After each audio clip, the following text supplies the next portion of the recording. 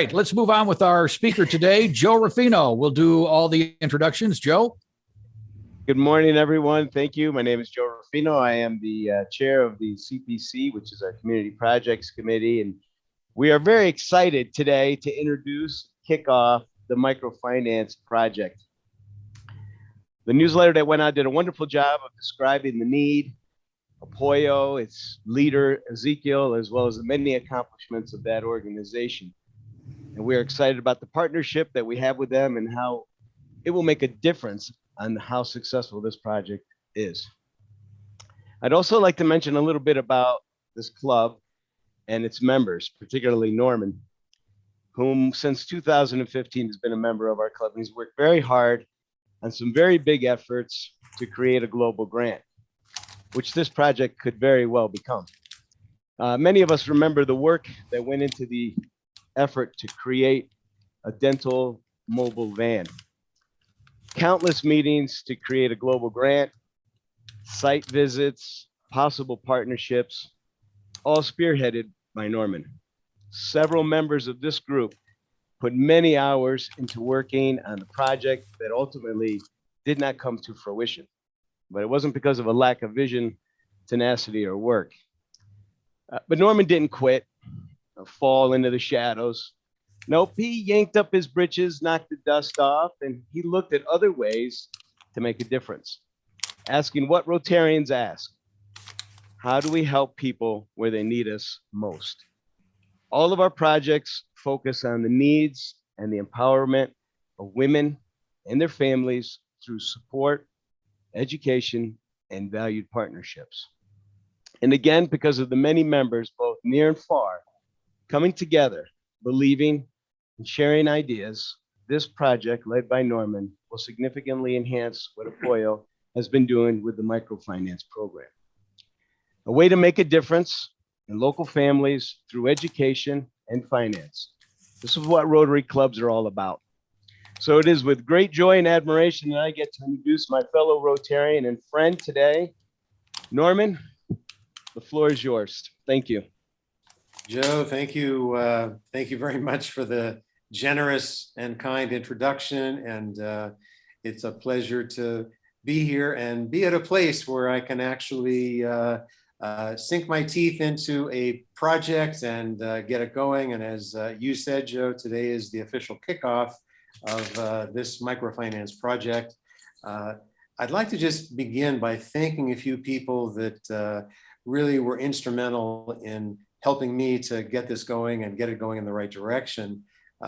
And first, and the always leader from our club, Lee Carter, who gave me the inspiration and the direction to get in touch with Ezekiel and begin to work on a microfinance project.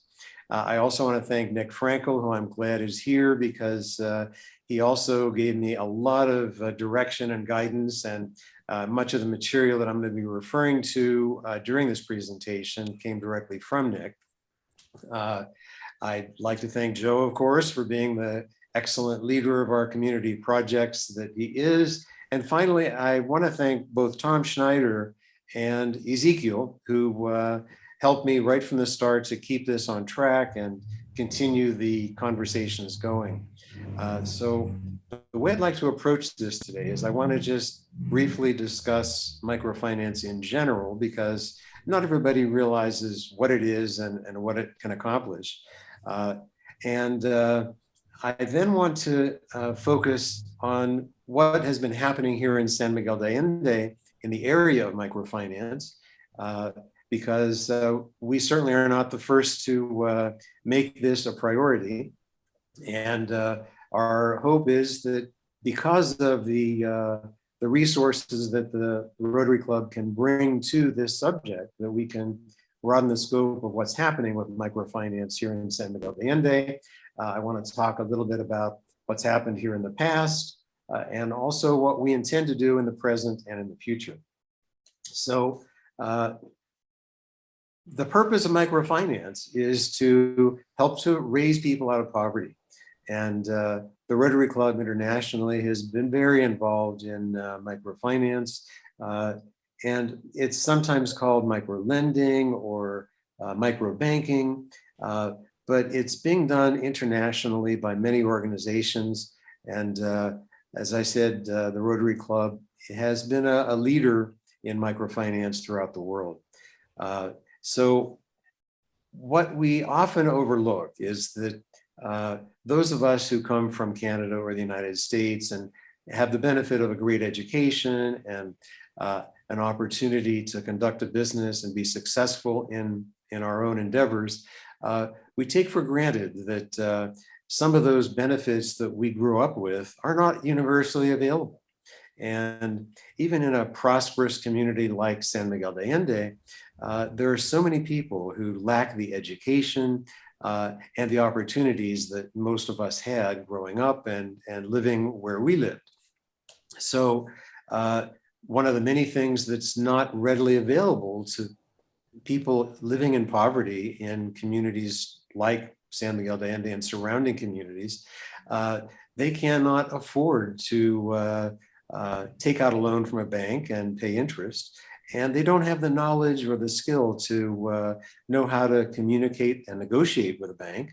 And they are kind of left out of the system for raising themselves to a better quality of life and taking better care of their families. Microfinance has helped to raise millions of people out of poverty by giving them the opportunities that they lack. And as this slide points out, the World Bank reports that nearly 1.1 billion people have moved out of extreme poverty since 1990, and microfinance has been helpful with that. But it's not just about giving people money.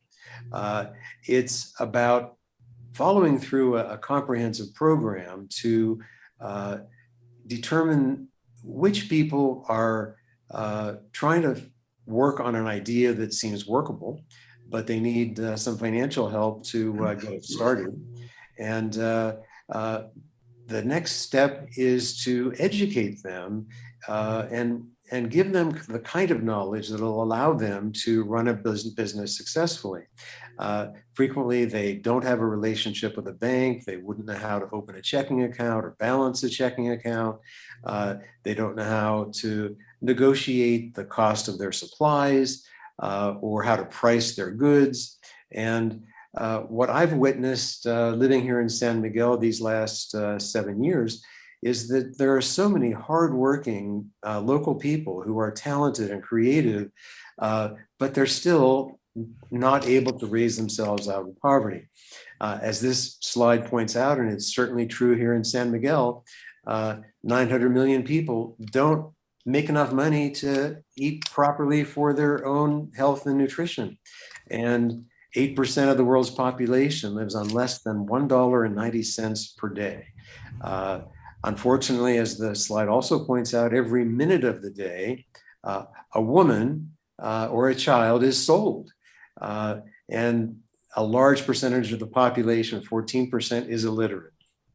By educating people and helping them to step up out of poverty, we have the opportunity to change that. And that's being done very successfully everywhere that microfinance goes on. So it's a kind of financial service that is targeted directly at the kind of individuals and small businesses who lack access to the kind of banking services that we sometimes take for granted. It invests in people to help them create a dependable future income for themselves and their families. And it also helps to improve the quality of the communities that they live in. Frequently, microfinance occurs with collective groups, and usually it is with women. Throughout the world, it's with women because unfortunately too many men abandon their family responsibilities, and it's left to the women to find a way to support their family and educate their family. And microfinance identifies people who are willing to work hard, have good ideas, and learn the skills they need to be successful. And the reason that microfinance works so effectively is that it provides capital to people that otherwise wouldn't have it. It encourages them to be entrepreneurs and be self-sufficient. And it empowers women to take the responsibility to help their families in the ways that they should be helped. And we're very fortunate here in San Miguel that for quite some time, microfinance has been going on. And so I'd like to compliment Ezequiel Mojica, our partner in this project, for what he's been able to accomplish with Apoyo. Apoyo was founded in 2004 by Ezequiel. And over the course of time since then, Apoyo has supported over 480 small businesses and 1,800 small business owners, averaging loans of 7,000 Mexican pesos. But they haven't been doing this by themselves. There's another organization that is named Mano Amiga. It's a small group of very dedicated, committed women who have been working tirelessly, but kind of quietly since 2018, raising money, selecting loan recipients, mentoring them, and helping to raise women and their families out of poverty. And I want to compliment both organizations and express my gratitude that we have a foundation to work with here in San Miguel, a foundation of successful microfinance. And our intention is to bring together the resources of not only our Rotary Club, but here in San Miguel, we're looking at a program divided into two phases. Phase one is going to be about a year in time, and we're going to be raising money locally and developing the kind of rapport with the communities and learning the kind of relationships that Apoyo needs us to have so that we can grow this program over time. So phase one will be about a year, and it will be based on local financing, which Tom Schneider is going to talk to us a little bit about toward the end of our presentation. Then we're going to gather the data necessary to apply for various grants through the Rotary organizations, both in our district and nationally. We're going to be in touch with Rotary organizations at all the levels, the Rotary Foundation, other Rotary clubs, Rotary International, and seek financing to help us help Apoyo broaden the scope of what they do. And our intention is, quite frankly, to free Apoyo to focus on education, because that is their great strength, that is their long-range objective. And by bringing more financing to the subject of microfinance, we hope to enable Apoyo to give education more of its energy. So today, as we said at the beginning, is the official opening of this project. We have been approved by the board of directors of our Rotary Club and also by the board of directors of Apoyo. And we are ready to begin fundraising and partnering with Apoyo in the kinds of projects they've already been doing. And as I said before, education is the primary focus of Apoyo. They've been doing an incredible job with it. And here in the past, what they have developed is a basic business skills program that all applicants for microloans must complete. They must pass a test and demonstrate proficiency in the kind of business skills that it takes to open and successfully run a business. And each of these programs that are given by Apoyo, approximately 20 to 25% of the individuals enrolled in the program actually qualify to receive a loan. And that's based on the business plan that they are taught how to write and the success probability of those businesses.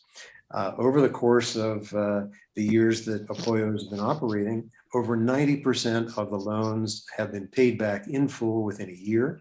And that creates an ongoing revolving fund from which future loans can be also made. If you could give me the next slide, loan capital. This is where Rotary is going to help to expand what can be done with microfinance here in San Miguel. As I said a minute ago, there are incredible resources within Rotary International, and we intend to bring to bear some of those resources. Initially, our intention is to raise about $15,000 for phase 1 of the program. And while we are operating phase 1, we're going to gather all of the data necessary to demonstrate that we're running this program successfully and emulating the kind of success that Apoyo has had without us. And we use that data to then apply for additional funding from other organizations within the Rotary Club. Our long-range plan is to broaden the scope of, help Apoyo broaden the scope of their educational programs and expand into other areas that they haven't been able to as yet, because there are so many ways in which education can bring people into a better situation financially and create the kind of security that families need. But the education and the loan itself are only the beginning of the program. And as the next slide points out, in fact, the next 2 slides, mentoring is an essential part of any successful microfinance project, because all of us who had careers in whatever area of business we did, we know that every day, every week, every year, new problems arise, and we don't always know the best solution for those problems. And having somebody available with experience is the best way to work through the problem and find a successful solution. So the next slide goes into a little more detail about what mentoring involves. And the fact is, from the very inception of this idea, one of my hopes is that we can search for ways that members of our Rotary Club can have a hands-on opportunity to be involved with members of the community and share their knowledge and their skill and their experience from within this microfinance project. The language barrier is certainly an issue, and we're not exactly sure as yet how we'll manage that. But my hope is that members of our club will step forward when we are ready to invite them, and perhaps help to teach in the educational programs that Apoyo offers, but also work one-on-one with individuals who have started businesses and need the kind of support that a mentor can offer. We have an array of successful individuals in our club who have expertise that would be so helpful to members of our community and all of us as Rotarians.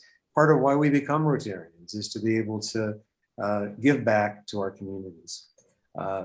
The next slide talks about the final aspect of this, which is critical, and that is evaluating the success, setting goals, measuring the results that have been achieved, because any effort, any project that is going to have the support of Rotary International has to be done in a very organized, systematic, and business way. And we will be gathering that kind of data during the course of phase 1 so that we have a good chance of success moving forward into phase 2. But what we know is it's going to take a coordinated effort between our Rotary Club and Apoyo to raise the capital, educate and select loan recipients, mentor the entrepreneurs to ensure their success, gather the data to monitor and evaluate the program, and expand it for the optimal benefit of the San Miguel community. What we expect to accomplish together is certainly exciting to me and to our club, and we look forward to the opportunity to create a synergistic effort in microfinance between the various organizations involved in it here in San Miguel, so that we can create a preferred future for not only the program, but for increasing numbers of people who live in San Miguel and surrounding communities. I am going to turn over the microphone momentarily to Ezekiel Mojica, who has just done incredible things in this town.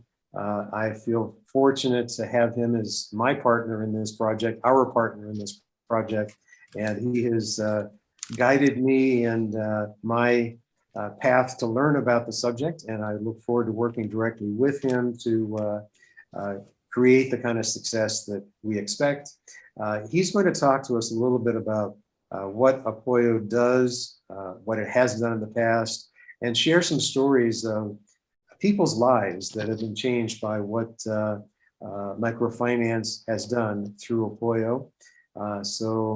With that, it's my pleasure to introduce Ezekiel and allow him to share with us some of what Apoyo has been able to do. Thank you. Thank you very much, Norman. Thank you, everybody.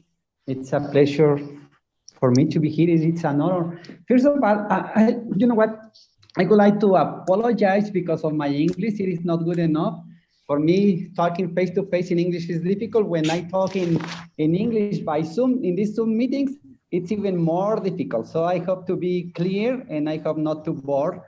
And I wanted to say that because talking on Zoom meetings is quite difficult sometimes, but thank you very much for having me here. We are really proud of partnering with the Midday Rotary. Although we have had in contact since many years ago, this is an ambitious project we are really proud of, because 17 years ago when we started this small organization, I just had one pencil and one notebook, and being here with all of you, very good friends, capable people, part of our communities, we are really proud of that and we are really grateful.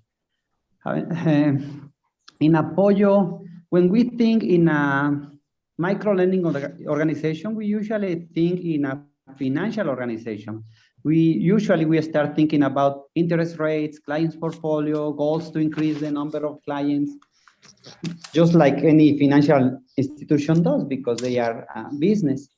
In Apoyo, we are not a financial organization. We are an educational organization, and we use the good concept of the micro-lending to help the participants, the recipients, to leverage change in other areas such as education, health, reproductive rights, environment. So we are using the concept, the money, as a hook to engage our participant in our educational process.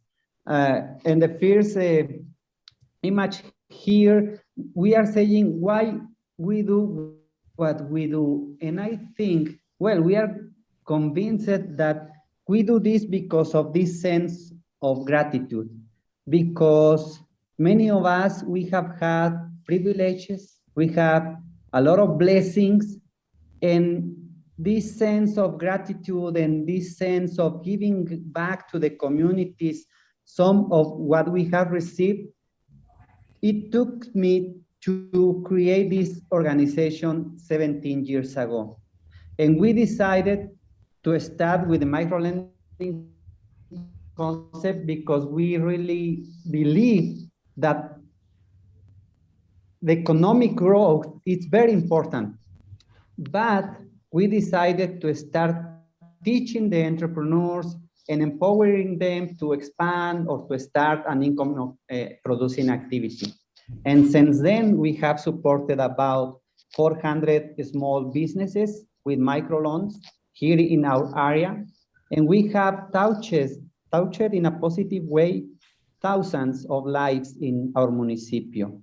And we are really proud of that. We are really proud of our participants because, as I said in the beginning, they are not a number. We do not charge any interest in the microloans. We decided that because we are focused in empowering them with education, training, management support, and the loans will continue be without any interest because this is not a business for us. We use the microlending concept as a tool, another important tool to create this economic growth, especially in disadvantaged communities. We want to help create new income sources so that families are able to lead self-reliant and dignified lives, because we really believe that each individual is capable of breaking cycles of poverty through access to education, training, and opportunities to grow. In Apoyo, we empower aspiring entrepreneurs by providing access to business credit in the form of no interest loans. Most importantly, we provide both technical and leadership training to ensure their success. And when we were talking about this presentation, I was asked by Norman, thank you, Norman. He did ask me to talk about several histories of life. And we have a lot of histories of life because we have supported 400 businesses in each of these loans we have given. Each of them are really inspiring history of growth. And I was selecting 3 of them, and I was thinking, well, maybe I should talk about Matilde, I should talk about Horacio, I should talk about Olivia.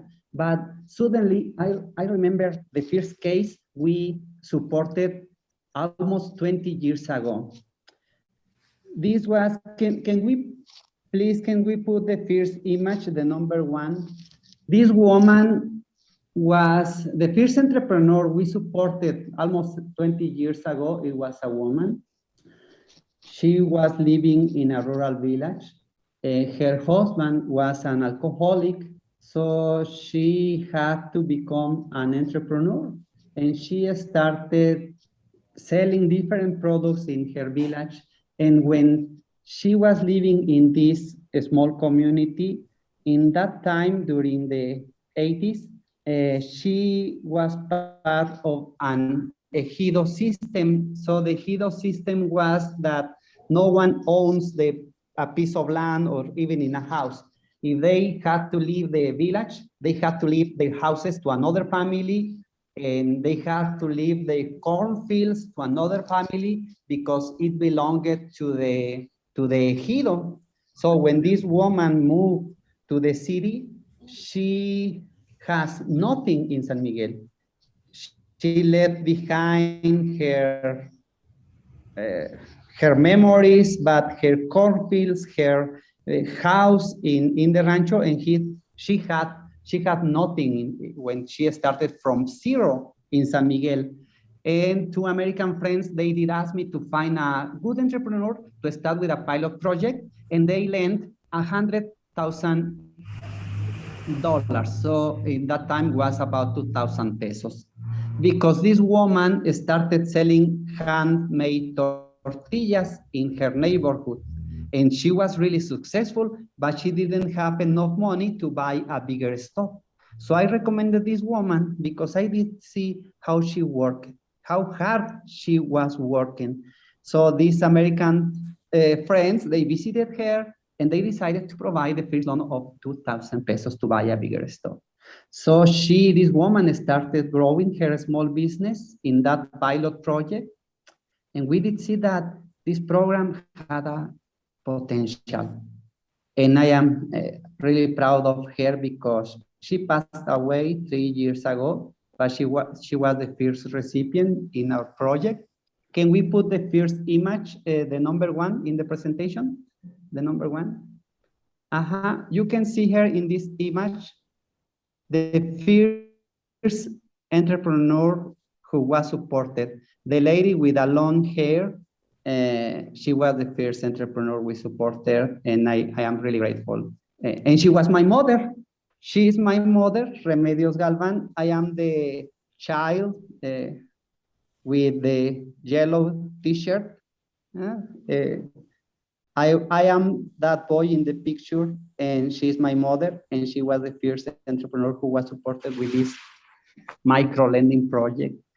And it was an inspiration from us to continue, and over these 17 years, we both have growth, but now it is not about my mother, it is not about me, it is about the community we have created with our extraordinary board of directors and with our selected group of donors who really believe that it is not enough to give the fish, but teaching them to fish. But we see beyond that, we need to teach them how to market the fish, and we need to teach them how to promote their sales in order to sell more fishes, because otherwise it is we cannot break the cycle of poverty. And we have other examples of growth, of success, just like Olivia Espino. She's an enterprising woman in a rural community in La Petaca. It's incredible when she started in our project. She had a dream because her sons, they are working as undocumented workers in the US, and she always had a dream in learning English. And no one's in their community, in their village, believed that, because they were speaking Otomi and they were speaking Spanish. And she attended our English lessons. And after a couple of years, she was able to communicate with American speakers. And she started studying computer. And now she's learning, she's enrolled in our first training institute. And Olivia, she's a very good example how a tiny loan can help a family, not only as the money itself, but to inspire them to grow in other areas. Now she's part of a rural sewing co-op in La Petaca. She's working with a group of women. They are 6 of them, and they are making clothing and now masks to sell. But she started with this dream in learning English, and we are really proud of her because she's a proof of a community leader, and she's a proof that everything is possible if we as governments, as NGOs and enterprises, if we provide the scenario for them to grow. And finally, we have Matilde. We have a lot of examples, but I would like to tell you about Matilde Hernandez. We met Matilde in the rural village of La Cuadrilla maybe 10 years ago, and she was selling fruits and corn in the soccer games in her village. But we suspected that she was selling also Coca-Cola and maybe some beer under the table. And we were really proud of her, and we invited her to come and join the embroidery group in La Cuadrilla. And then she got married and she got pregnant. And after 3 years since her child was born, she noticed something different in her child. She noticed that he couldn't hear very well. He couldn't hear. So Miguelito was hidden in her house, and Matilde didn't know what to do, because in rural villages, when we have a child, usually when we have a child with some discapacidad, many times they are hidden in the community with no opportunities to grow and develop according to their circumstances. So we recommended Matilde come to San Miguel and interview with John Doherty in the deaf school here in San Miguel. And Miguelito started studying in the schools. And now we are really proud of Miguelito because he's living a regular life just like any other child in the world. But otherwise, he will be hidden in the house. So Matilde now is part of the rural entrepreneurial woman in embroidery group. And we want to help other mothers. We want to help other families. So I don't want to take much of the time, but this is something of what we do in Apoyo. It is more than a financial organization. It is an educational organization when we want to create the scenario for for Mexican entrepreneurs in order to break out this cycles of poverty and stay in their communities, stay in their barrios, but we need to provide them with the tools in order to do that. So thank you very much. Thank you, Norman, and thank you, Rotarians, for trust us. And we are going to work really hard in order, especially in this pandemic period, we want to work really hard to revive the economy because the pandemic has beaten especially those in most need in our communities. Thank you very much. Outstanding. Thank you, Ezekiel.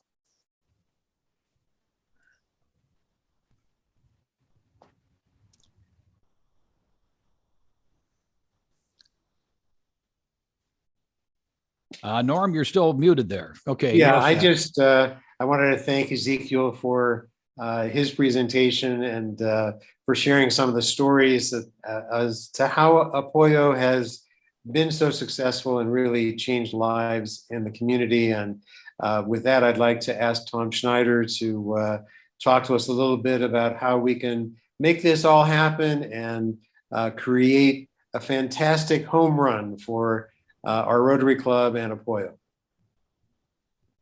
Thanks, Norman. It's kind of humbling to go after Ezekiel. I just respect him so much for what he's done for San Miguel. I first met Ezekiel when he got Citizen of the Year. I think that was 5-6 years ago, and really got to know Apoyo and that. And I think the thing that I remember him telling me, and the thing that I was so impressed, is that he said, only about 20% of the people that take the education actually need a loan. What they really needed was the education. And so to have someone in the position to give a loan to the right person and have only 20% of the people ask for it that had taken the education, I mean, that really just shows the power of education, which is, really mine. So anyway, one of our members did a challenge today to double up to $500 any donations that we get right now today, up until midnight tonight. And you can go through the button, you can go through the link here on the side of the, in the chat box there, or you can go to Rotary SMA Midday, that's with 2 Ds, rotarysmamidday.org, and you'll find that. But easier than that is everybody got here on a Zoom link today. If you just go back to that Zoom link, you can just press reply, and the link to the website is right there, and you can tell your friends to go there because it'll be up there in our YouTube channel, the next speaker department or the previous speakers. So you can send people to that to get inspired. So everybody, I don't know if we can do it in the next 5 minutes, but hopefully we can get up to $500 to maximize the donation, the potential donation of that person. If anyone would like to talk to me about making larger donations or having your club become a partner, if you just reply to the email that you got the Zoom link on, and you will be able to get to our secretary, and the secretary will pass it on. Ron's going through how you can make your any amount donation through the web page or through the link he's put in the chat box. So before we go away today, you can donate in pesos, you can donate in Canadian or American dollars, and if you hit the drop-down menu, you've got to go to Micro Lending Project in order to have your donation doubled before tonight. So with that, Norm, I hope we get off to a great start. And as I said, if anybody needs a tax deductible receipt, just reply to the email that you got, get the secretary, and I'll get in touch with you and tell you how we do that. So, but for right now, let's get that members $500 and go ahead before midnight tonight. You know, Tom, I was thinking that we've got 30 plus people on this meeting, and if everybody gives $25, you know, we're gonna hit that $500 easily hit that $500 match donation. And of course, we would encourage you to do that or give a little bit more, but we really need to hit a field goal, drop kick a field goal to really give a good kickstart to this very important initiative. So thanks again for your efforts on the fundraising arm of this project, Tom. And of course, Norm, what a great presentation both you and Ezekiel did. We thank you very, very much. It's great.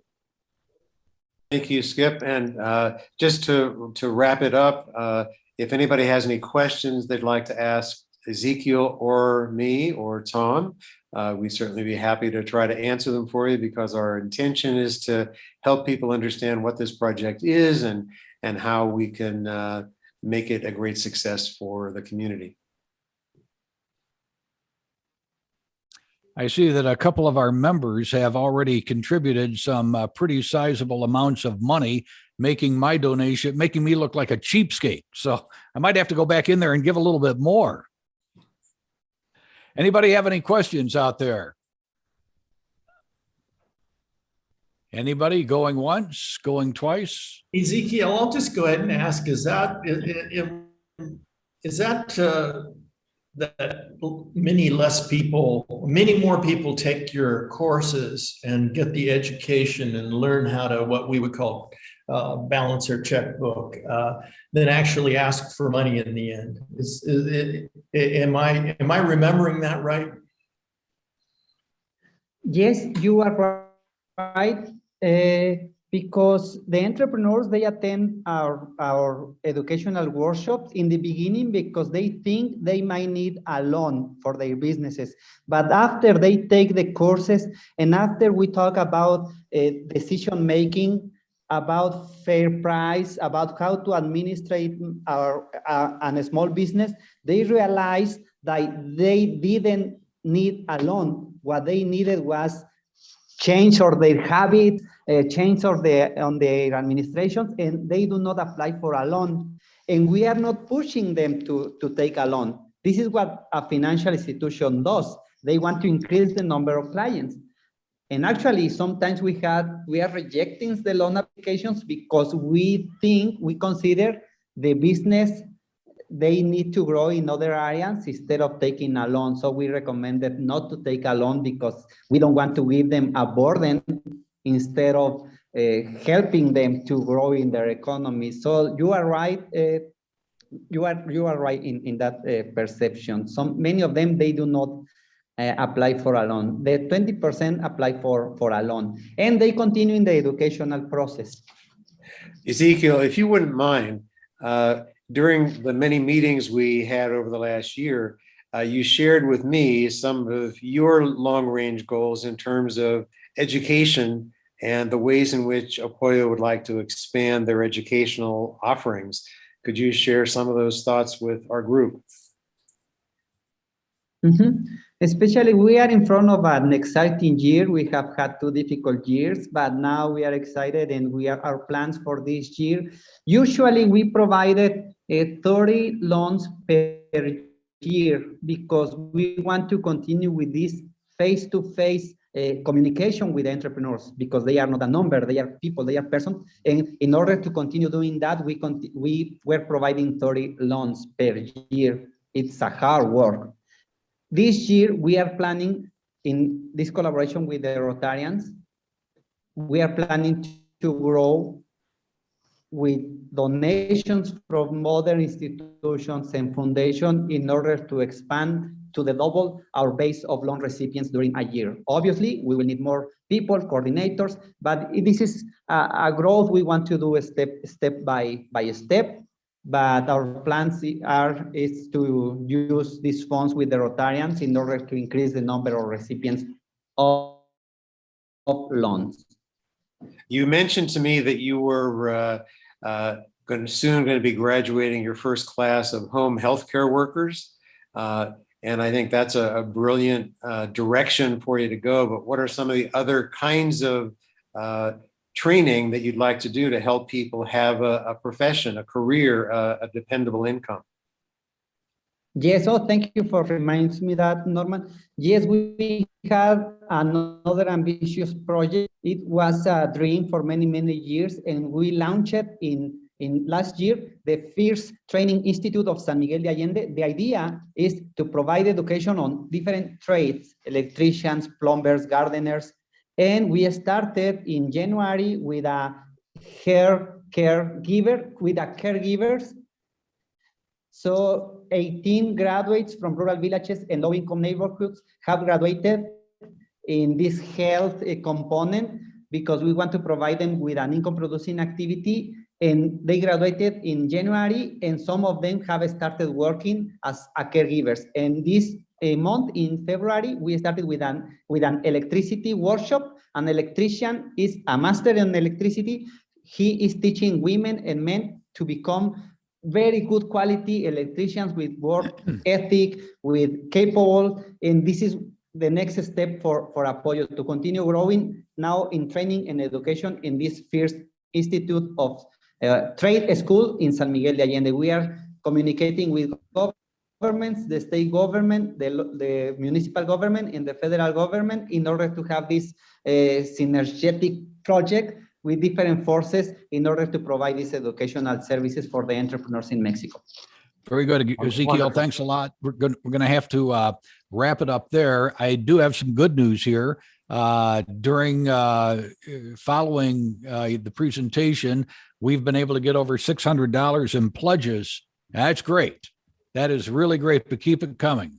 And I want to thank everyone for stepping up to the plate and helping to make this happen. That concludes our meeting. I appreciate everybody for being here today. And Ron Lennox, who do we have next week? Okay, next week we have Walter Hughes, which is going to share with us a Rotary project that he sponsored in Ghana.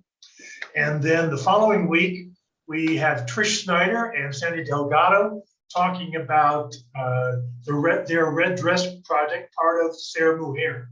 Very exciting project, so stay tuned. Very good. All right. Immediately after this meeting, Ron Lennox will commence the Club Services Committee meeting. Everybody have a great week. This meeting's adjourned.